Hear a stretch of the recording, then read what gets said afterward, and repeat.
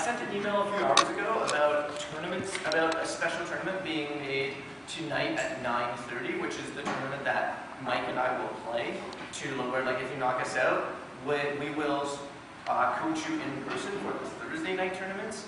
And Thursday night there will also be a special tournament starting at 5 o'clock where we start off with a lot of chips and blind don't go up that high. So that's sort of like the finale tournament. So yeah, so I hope that you can join us for the tournaments tonight and tomorrow night. And I guess tonight you'll find out if you do sufficiently well to win coaching from us in that tournament. And you know, if you don't plan on playing tomorrow night, yeah. No. I don't know how to change that unfortunately. But yeah, so if you do win the coaching and you can't play tomorrow, then send us an email and we'll give the coaching to the next person. I think I sent all the rules in the email. So how it works is if you knock one of us out, then you get the coaching from us. But if like we knock each other out, then like the coaching passes down to the best, to the highest finishing student, so probably first place. And if like the other of us finishes first place, then second place. And if like one of the person doesn't want the coaching, it'll like pass down to third place. So that's basically how it'll work. Anyways, okay, so Mike, do you want to say that? So this is my good friend Mike from high school. So I'm really happy that he was able to fly down from Canada to guest lecture.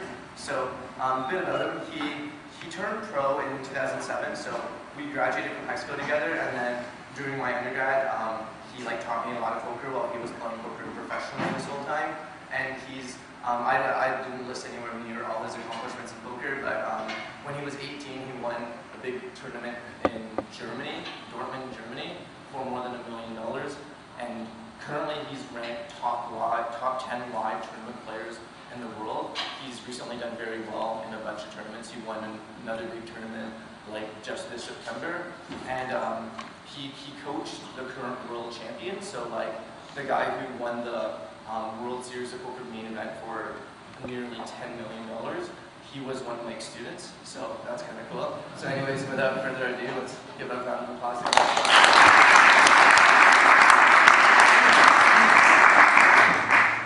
Thanks, Will, for that introduction. The one thing I need to say, I've been watching all the slides, so if I'm using any terminology that Will hasn't been using in the class, just someone put up your hand and ask for like what the definition is of the same word. And also, you know, just if you have any questions, just put up your hand. This lecture will be mostly on post-flop play. I'll just be going over about 10 hands that illustrate different concepts, and I'll try to be talking about my thought process as much as possible for each of them. These just came from tournaments that I played recently online. Here we have a raise from this player, Fatam 2010. He raised to 12,500, about 2.5 times the big blind, and I re-raised him with pocket nines. In this situation, he was a fairly aggressive player, and I would be prepared to like get my whole stack in pre-flop. Generally, when people don't have that many big blinds, you'll make a smaller re-raise. Like Will talked about making a re-raise to be 2.5 or 3 times the size of someone's original raise. Here it's only about 2.2 times the size of someone's raise, which allows you to manipulate the pot size more post-flop. After he calls, that usually means that I almost always have either the best hand or a similarly strong hand to him. If he basically pre-flop most of his better hands, he would be willing to make a re-raise. After this flop comes the king of spades, the jack of diamonds, and the 4 of diamonds. That's a fairly mediocre flop for my hand. On most boards that have 2 or 3 low cards, my hand would likely be best. On a board that has 2 high cards, it's fairly likely to hit his hand, but at the same time, if I were to check on a board like this, it shows that I'm likely giving up on the pot. I can have, although pocket nines is very weak on this board, I can have many stronger hands. So throwing a fairly small bet here to represent a stronger hand will like take him off the pot if he had a similar strength hand himself. And on the next couple slides, I'll analyze what types of hands I think he would have pre-flop. So pre-flop, I was estimating if he had a good hand, like if he had a pocket pair 10s or higher, he'd almost always go all in. Like 10s through kings, I think he would basically always go all in. A hand like pocket aces, I think he'd sometimes call just since his hand is so strong, he doesn't mind just calling with it. With ace king, I think he would be willing to go all in all the time. With hands like very small pocket pairs, those are hands that usually the board will come with several higher cards, and they'll be kind of uncomfortable. So there's very small pocket pairs, like 2s through 5s. I mentioned that he would probably fold about half the time and go all in about half the time. With his better hands, there's some hands that I said we go all in half the time, call half the time, and then the other ones that we call half the time, fold half the time. And what that suggests basically is that when he calls here, his range is going to be a lot of pocket pairs that are similar to my hand, like something between pocket 6s and pocket 9s, and then also a lot of suited hands where he has 2 cards 10 or higher, hands like King Jack suited, Ace 10 suited, hands like that. And now on this board, after breaking it down by the number of combos, we estimate that when he gets to the flop, he has about 8 combos of Ace Queen, calling half the time, 6 combos of Ace Jack, since there's a Jack out there, there's some of us, 6 combos of King Queen, and I go through and list them all. It's written on the slide here, and I'll break it down into types of parts of his range on the next slide. Basically, yeah, so in the end, what I said is that we bet the flop, even though our hands are quite mediocre. And we break his range into a couple parts here. If he has a hand that can beat Ace King, that generally means that he has like a very strong hand that he'd be looking to get all in on this board. The only hands that he is likely to have that beat Ace King are if he has Ace Ace, which he just called it, or if he has King Jack suited. Because if he had something like King 4, Jack 4, he probably would have folded. If he had something like Pocket Jacks, he would have just gone all in. So there aren't that many hands that are extremely strong, but he has a decent number of hands that are better than Pocket 9s, who are in pretty rough shape, like King Queen, King 10 suited, Ace Jack, Queen Jack suited, and Jack 10 suited make up about, well, 16.5 of his 43 combos. So about 40% of the time, he'll have something that has us demolished. And then he'll have hands that suck, like pocket 6s or pocket 7s, where he's worse than us, or something like 10-9 suited, where he just has 4 outs to hit a straight about a quarter of the time. So being able to make a bet to hold out those hands is one of the main incentives. If we were to just check, even though those hands are no good, where he will be able to then take the initiative later on in the hand, which will allow him to win the pot. Betting here is one of the only ways of making those hands fold. And then additionally, another about a quarter of his range, 12 out of 43 combos, he'll have Ace Queen, Ace 10 suited, or Queen 10 suited. And against those hands, we average out to winning about 40 to 60% of the time, depending on it. So we're about even with those hands. So having the initiative against them allows us to win the pot more than our share. If we were to just check and let him bet on the later street, we wouldn't have a hand that's good enough to call. So he would then be more likely to win the hand half the time. So what we say here is that since there are those, like, between the 10.5 combos of bad hands and 12 combos of okay hands, that means that even though our hand is pretty weak, about half the time we'll have a good chance of being able to bet, or a good chance of winning the pot by betting, and we're only risking 20,000 chips to win 70,000, so we're getting a very good price there. Here we bet 20,000 at 67,000, and he calls. So now we can be fairly certain he doesn't have the very worst hands possible. Like he's likely to have folded his hands like pocket 7s or 10-9. Usually we're going to be beaten here, but sometimes we will have a hand like that Ace Queen or Ace 10 where we can still have the best hand. The turn comes a king, and the king means that all of his hands that are better than us will still be pretty comfortable with their hand. Like if he had a king or a jack, he likely won't want to fold since like any of my bluffs I can still be bluffing with. So this is like a hand where I'm likely, like basically the hands that beat me on the flop still beat me, the hands that I beat on the flop I still beat. So this doesn't particularly change much, which means that it's not a great card for me to be bluffing at. After he checks, I check behind. The river comes to 6. After he checks here, similar to what I said on the turn, if I bet, he'll probably call me with any jack, and he's probably not going to fold anything decent, or he's not going to call with anything really bad. So checking just allows me to win the pot sometimes, and if I bet, he's just going to call it. He's basically going to play perfectly against my specific hand. So here, there's not really any incentive to bet, so I just check. And here I was fortunate that he had Ace Queen. Basically, in this specific hand, if I had just checked the flop, he would have won the hand the vast majority of the time. But by betting the flop, he gives me more His next hand here is largely to talk about the advantage of being in position and the disadvantage of being out of position. Here it folds around to this player on the button, Lone Hicks, who he's quite an aggressive player. Like, he could be raising here with most of his hands. He's on the button, and he'll be extremely active. And ace-9 suited, it figures to usually be the best hand here. The one thing that you need to do when deciding which hands you want to re-raise with the pre-flop and which hands you want to call with the pre-flop is, if you're re-raising with a good hand, you usually, against an opponent who could re-bluff you, you usually want to be willing to commit like a larger number of your chips by either, if they were to like re-bluff you. What I mean by this is if I were to throw out a re-raise, a player who's capable of re-raising as a bluff, you don't want to, if you don't want to waste a good hand by throwing out a re-raise and letting them then bluff you off the pot. So with a hand like ace-9 suited, I wouldn't be that comfortable getting all in when we each have 75 times the big blind. So I thought it was a better position to just be calling and playing the hand out that way. So here we just call, and we get to a flop of 9-8-2 with one spade. I check, and then he bets. Now, similar to pre-flop, my hand here is usually best. If he had a pocket pair that was 10s or higher, he would have a better hand, or if he had 9-8, he would have a better hand. But usually what will happen is, if I were to re-raise here, again, if he has a bad hand, he'll just roll. If he has a good hand, he'll probably re-raise me. But he could also re-raise me with something that's not so good. Like if he just had, if he had a hand like Queen 10 or something like that, where he figures he has overcards like a Queen, a Jack, or a 10 to win the pot, he may throw a re-raise there, which will put me in an uncomfortable situation. Since again, when we still have 570,000 chips each, and there's only 44,000 in the pot, you don't want to be risking all of your chips to try with a hand that's strong but not extremely strong here.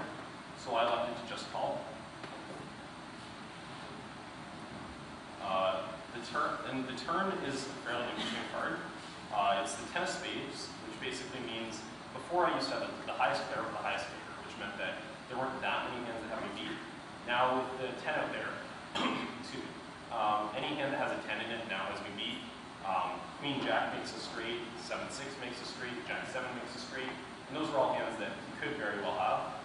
Additionally, if he does happen to have a better hand, like say he has a hand like 2s, I'm not in nearly as bad of shape as I would have been on the flop, since now I have a flush draw to go with it. And generally, if you hit a flush, when the flush draw comes out on the turn, you have a lot more opportunity to win a lot of money than if there are a lot of chips. And if you were to have flush draw on the flop, since people, like when you call the flop, people expect you to have a flush draw a decent amount. When it just comes on the turn, they don't expect me to have 2 spades in my hand as often. So it gives me a lot. If I do hit a flush, my hand is very disguised. So as I mentioned, this is a situation where even though my hand's quite strong, raising will likely just lead to me getting into a huge pot when he has me destroyed, and just him folding when I have him destroyed. So I think it's a better situation to just call. The river is one of the is a pretty mediocre card for me. The river is a king, and here it's very difficult for me to have a king here. Like if I had King 9, or maybe sometimes King 10 or King Jack, I could have played it this way. But he can have a king much more easily, because he could have been bluffing earlier in the hand with a king, and it's much tougher for me to just call with just a king. So it's easier. So he knows in this spot that often I'll just have a pair of 10s at best. Sometimes I'll have, like a very small percentage of the time I will have something like 2 pair. But this basically means that in this spot he can bet anytime he has a king, which he'll have a much higher percentage of the time than I will, and he can also bluff a decent amount of the time. The one thing that's fairly relevant here is, say on the turn, he had something that was just very crappy. Like say he had 5-4 diamonds or something that has no way of winning the pot without bluffing. On that specific turn card, he's probably not expecting me to fold very much, so it's not that great of an idea for him to bet with 5-4 diamonds.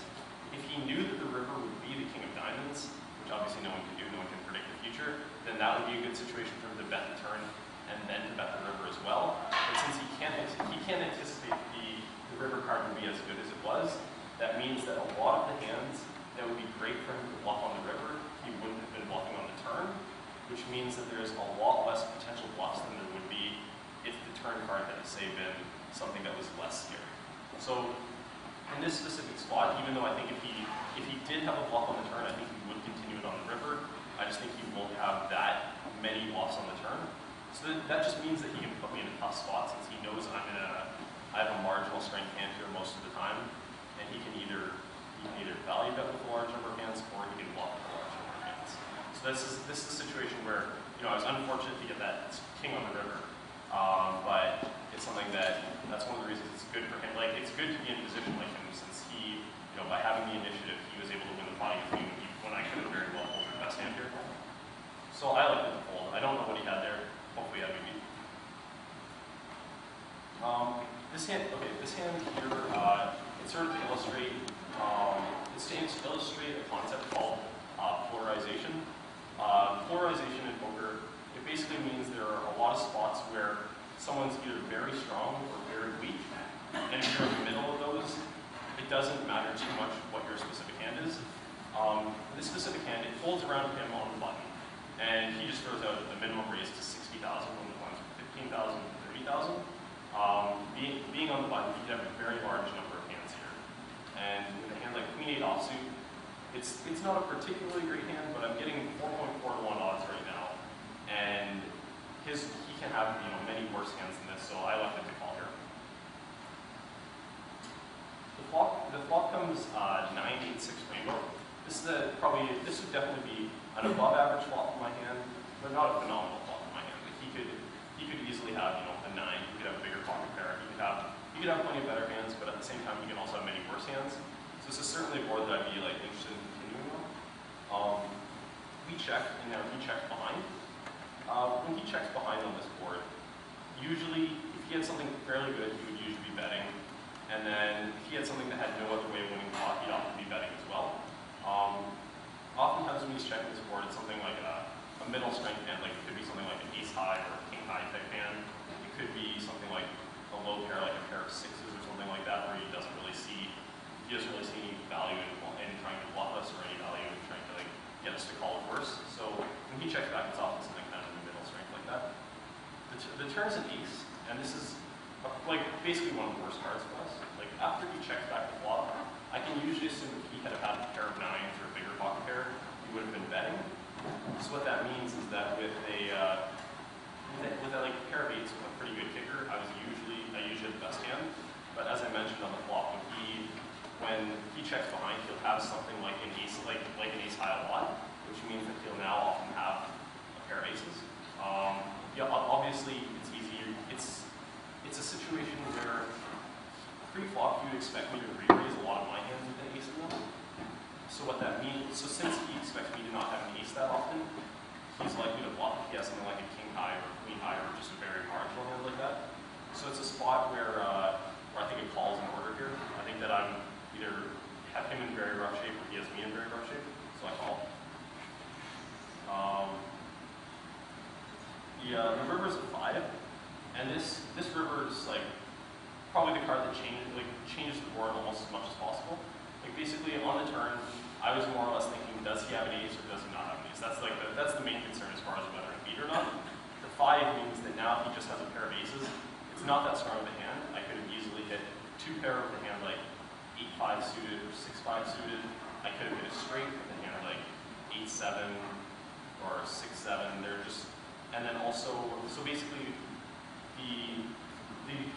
the top hands have been completely changed by this 5 on the river. So what that means is that it doesn't make that much sense for someone like him to be betting a weak ace. Say something like ace 4. A lot of people will check a hand like this 100% of the time, since basically the way that people would typically react in my shoes when faced with a bet like that is to maybe call all hands that are 2 pair or better, and to fold all hands that are 1 pair or worse. So say I had a hand like 6-5, most people would call. Say I had a hand like ace 10, most people would fold. I think that's a fairly typical strategy that a lot of people would employ in this situation, especially when this is coupled by him making a relatively large bet. Look, there's 285,000 in the pot, and he bets 160,000. Oh yeah, by the way, you guys will notice that the bet sizing, like people often type in like weird numbers, like they bet 1, 2, 3, 4, 5, 6. I think that's just people playing online poker get kind of bored, myself included. So people like to experiment with funny bet sizing. Certainly doesn't make things easier for the lecture, but yeah, if anyone ever has trouble reading the bet sizing, just put up your hand and let me know, since sometimes it gets hidden behind chip stacks and they're like, the stacks get so large like that. So anyways, when he bets 160,000 to 290,000, I think the worst hands he would be value betting, he might bet smaller than that. Basically what happens here is his range gets very polarized to very good hands and very bad hands. So like we call here since we don't expect him to be value betting very much. So basically, as I mentioned just a minute ago, in poker your range is often partitioned into two parts. Like say you're in a situation where you're pre-flopping, you're deciding whether to raise the hand or fold the hand. What you do is with your best 10% of hands, or your best 50% of hands, you'll decide to raise, and then with the worst hands you'll fold. Or similarly, say I bet and my opponent goes all in, I'll call all in with the best hands and fold the worst hands, and there we're just partitioned into two parts of our range. In a situation where you're deciding whether to bet for value or to bet as a bluff, your range gets partitioned into three parts. What you do is you bet with your best hands, you check with your middle hand since you don't think there's that much incentive to betting, and then you bluff with your worst hand, and that's what the concept of polarization is. And as I mentioned, like a very weak, predictable player may only be bluffing, or may only be betting if they have a 7 here for a stream. And against someone like that, they're extremely polarized. Like basically, if they're only betting a 7 or an unpaired hand, that means that whether I have a pair of pocket pair of 2s, or whether I have a set of aces, that means that those hands are basically equivalent. So when you encounter an opponent like that, the situation matters a lot more than your hands, so long as you're in between those two poles of the worst hand that they would value bet and the best hand that they would bluff. So and the final concept that I mentioned at the bottom is generally the bigger that someone bets, the more polarized they are. Like if at the 290,000 pot, if he only bets say 20 or 30% of the pot, like he bets 60,000 or 90,000, I would assume it's likely that then he's value betting with a more marginal hand, like something like ace 10 or ace queen. But when he bets bigger like that, I assume he's either trying to induce me to call to win a big pot, or he's trying to just induce me to fold. So here I thought he was very polarized and decided that even though I only have third pair, it was a good situation to call. Yeah, as I mentioned, say you assume that someone is playing that strategy where they're only calling 2 pair or better, folding 1 pair or worse. He should only be betting his medium 2 pair or better. Like say he has 9-5 for middle pair or second pair and bottom pair. That should probably be about the worst hand you bet, since that would be about half of my 2 pair hands. And he should only bluff his below average 1 pair hands. So he should be bluffing something like 10-6 or worse, which would be 4th pair. So what that means is that whether I have 2 pair like 8-6 or 1 pair like Jack-6, they're similarly strong. In the end, I got very owned. He was actually betting like a fairly marginal hand for value, and that's something that happens. Like I chose hands for this PowerPoint that would illustrate interesting concepts, not just the hands where I made the best decisions. As it was, I made a pretty terrible decision, and he was value betting with a hand I thought he wouldn't be capable of value betting. So I made a fairly inaccurate play there, but that's something that happens in this game when it's a game of incomplete information. Sometimes you make a play that you anticipate to be right a large % of the time, and it just doesn't happen to be right, and that's what happened there. Now we're going to get on to a fairly basic pre-flop hand. Early on in this course, Will was talking about which hands people should be raising from early position, and he mentioned a very tight range, say pocket pairs 8s or higher, ace queen offsuit or better, and then king queen suited and ace jack suited, I believe. And the reason he recommended this range is those are hands that when you play them, they'll usually make fairly good hands, and you'll be faced with fairly easy decisions. When you're watching poker on TV and you see someone, raise with 5-2 suited or jack 7 suited or something, what they're doing is they're basically acknowledging that they have a weaker pre-flop holding, and with weaker pre-flop holdings, you're going to make the best hand a lower percentage of the time, and you're going to need to bluff a higher percentage of the time. And since you're bluffing a higher percentage of the time, you need better judgment as to which spots are good to bluff and which spots aren't good to bluff. So what that means is experience is generally, very useful in playing more speculative hands, since you'll need to decide which types of cards you should be bluffing on, which types of cards you shouldn't be bluffing on. And this hand is just a fairly simple example of like what sort of analysis we use as far as when to be bluffing and when not to. So here I raise with Jack 10 suited, which is one of the better speculative hands from early position. And here we basically talk about how to decide like when to bluff, basically. The goal, basically when playing poker, most hands don't get to showdown. So most of the time, your cards don't matter that much. They only matter when you get to showdown and you see what, like, you compare what you have to what your opponent has. And that basically you want to be playing hands that by the time they get to showdown are likely to be good hands. So there's some hands that, say a hand like pocket fours pre-flop. Most likely if you have pocket fours pre-flop, you're going to have the best hand. Like most likely someone will have a higher pocket pair. But unless the board has a 4 on it, you're not going to be that excited. Like they just call you with something very marginal, like queen 7. If they just had a queen or a 7, they're going to end up with a better hand. So with speculative hands that are somewhat likely to hit straights or flushes and be able to block people off when they don't, that gives you the incentive to win pots without showdown, but also make very strong like 5-card hands, like I mentioned, straights or flushes by the time you get to showdown. So this means that like you want to select hands that are likely to improve. So here we have the guy that cut off calls, and all the other players fold. The flop comes ace-8-2 with 1 spade and 2 clubs. Generally, when the board comes with an ace on it, especially a board like an ace and a deuce, it means, or ace and a 2, it means that there's a large distance between the cards on board, which means, on this board, he can't have a straight draw, so hands like that are just, completely thrown out of his range. If he has something like a pocket pair, the pocket pair can easily be in rough shape, like a hand like pocket 6s is not doing that strong here. And on these ace-high boards, the pre-flop aggressor can win the pot quite like a larger percentage of the time than pretty much any other type of board. So typically, by betting out here, you'll win the pot a good percentage of the time. Then in the end, he calls. So now we're going to try to look at what types of hands we think he called with, and what types of how many more bets it would take to get those hands to fold. Okay, so when he calls the flop, we need to think of what sorts of hands he called. So the board is ace of spades, 8 of clubs, 2 of clubs. We think that in this spot, most people, if they have, say, a pocket pair of 7s or lower, would be folding. If they have an 8 in their hands, like a pair of 8s, they'd usually be calling. If they have an ace in their hand, they'll always be calling. If they have a big pocket pair of pre-flop, they'll usually be calling as well, but a lot of like a pocket pair of 9s or 9 or higher. But a lot of those pocket pairs they'd be re-raising.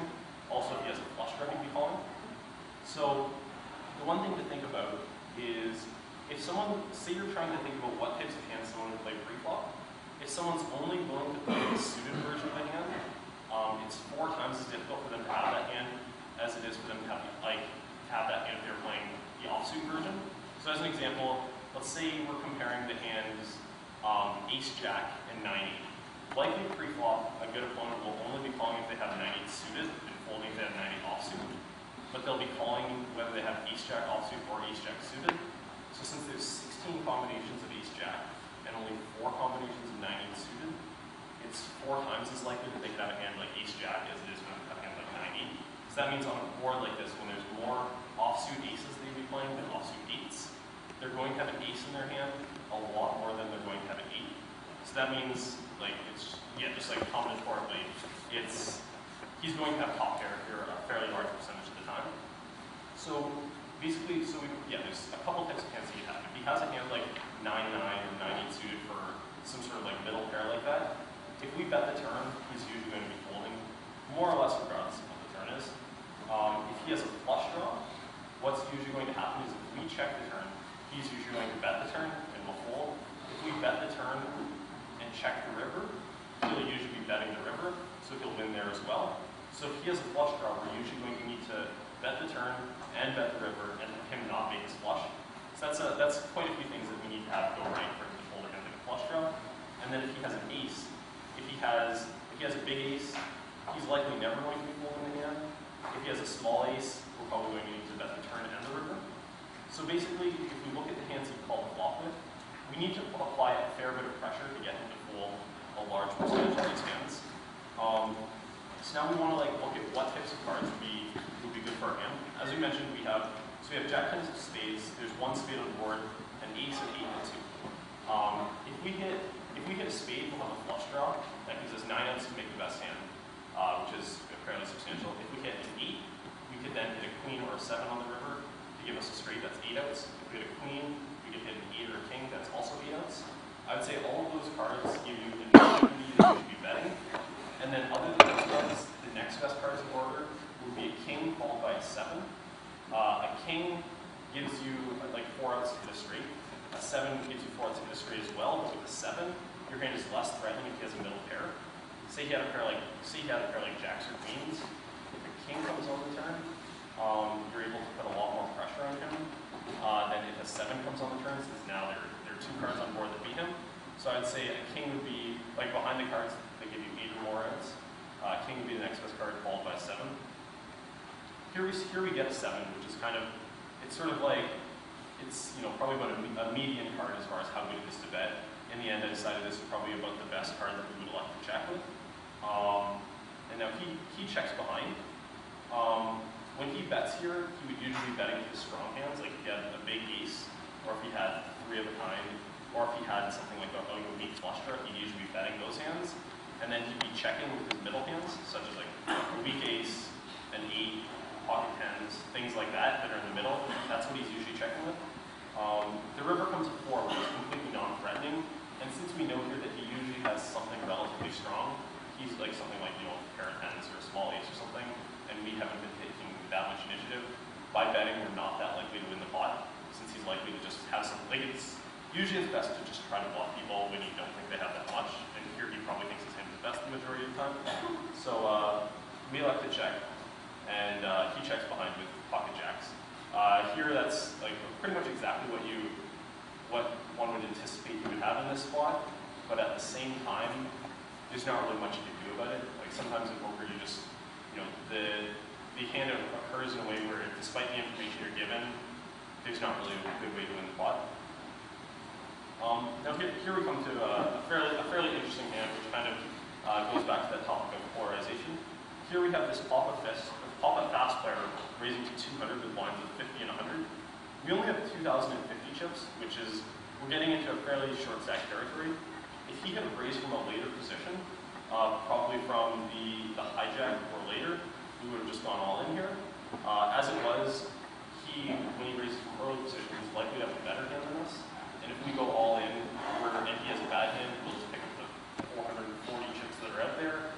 And if he has something bad, if he has something good, we're going to get all in for 4,000 chip pot with only about 1 in 3 chance of winning or so, which averages out to losing substantially more. So we elected to just call. The flop comes ace 7-7 with 2 hearts. This flop is fairly safe.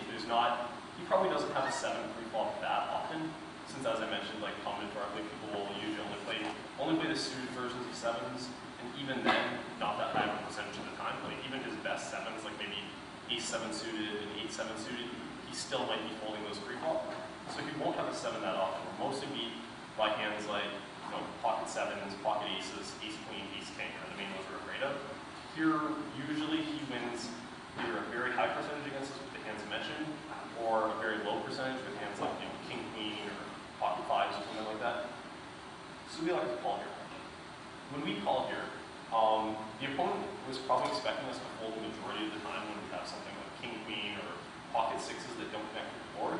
So when we call, the opponent should probably be thinking that we either have an ace or we have 2 hearts in our hand.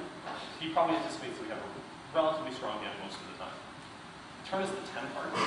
So now here we have top pair, and we have a flush draw. And as we mentioned, that he probably expects us on the flop to either have top pair or a flush draw, which would now be a flush. So I check to him, and he bets. When he bets here, he's probably bluffing a very small percentage of the time, since if he can anticipate what types of hands we're likely to have, he should expect us to have something fairly good. So when he bets here, we're getting fairly good odds. We're getting a 3.5 to 1, what we're usually beat.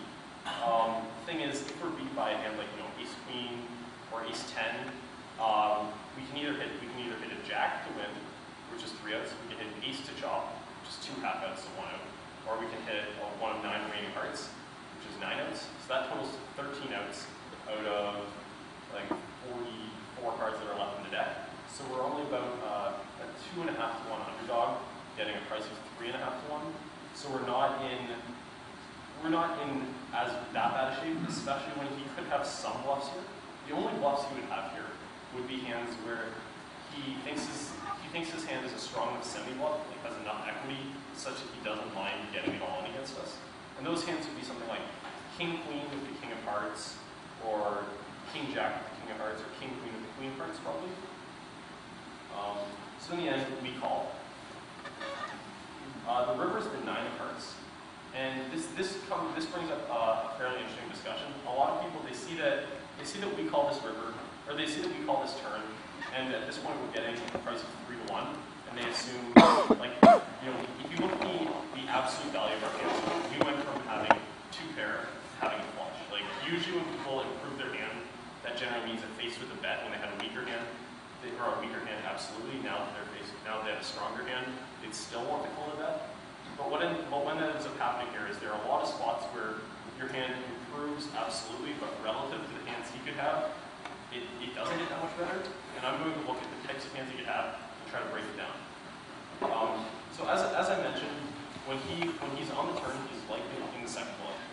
He's likely only betting good hands on the turn, so hands like Ace King, Ace 10, sets, or any flush, as well as a couple of those draws. And then from that range of hands, the only hands that I beat would be Ace 10 or Ace King and a small flush. If you look at the specific board, when the Jack of Hearts, the 10 of Hearts, the 9 of Hearts, and the 7 of Hearts are all accounted for him to have a flush that involves smaller hearts than mine, like the biggest flush that involves a lower flush than us would be 8-6 of Hearts, but that makes a straight flush, which beats us.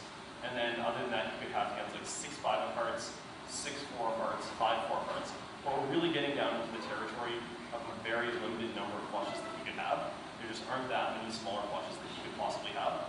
And also, he would likely check those hands back. As far as his semi-bluffs, those hands like King Jack with the King of Hearts, King Queen with the Queen of Hearts, every single one of those hands is now completed into a better hand. So basically, what this means is, on the turn, we would say he had a relatively polarized range as to hands that beat us, and then hands that have okay equity against us. Now on the river, his hand would be polarized to being, very strong hands that beat us. And on the other end of the pole, there's just no weak hands. Like there's basically nothing he can have. Like everything he would have would be in that doesn't beat us would be in that middle strength hand, where he just want to check it.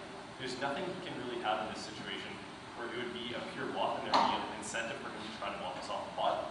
So the way that most opponents play here are, even though we have a flush and it's beats a lot of hands, when he bets all 3 times, we win basically 0% of the time.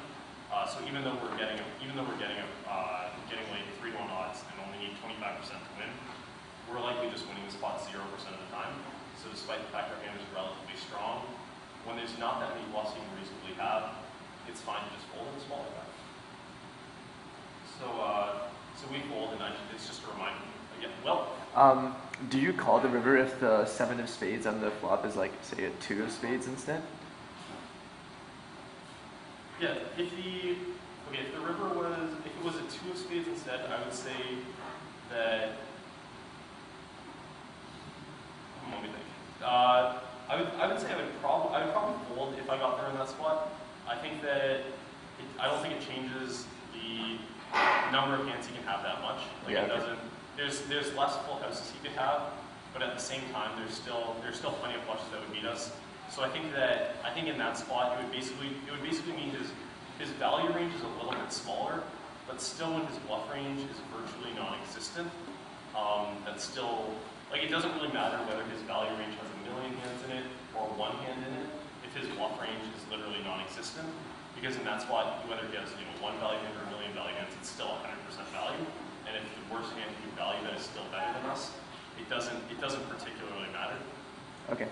Cool. Another thing I forgot to tell you is I usually take around like a 3-minute break around this time, so this is probably a good halfway point. I'll give you guys a couple minute break, and then if anyone has any questions, just feel free to ask, and if not, I'll get back in a couple minutes.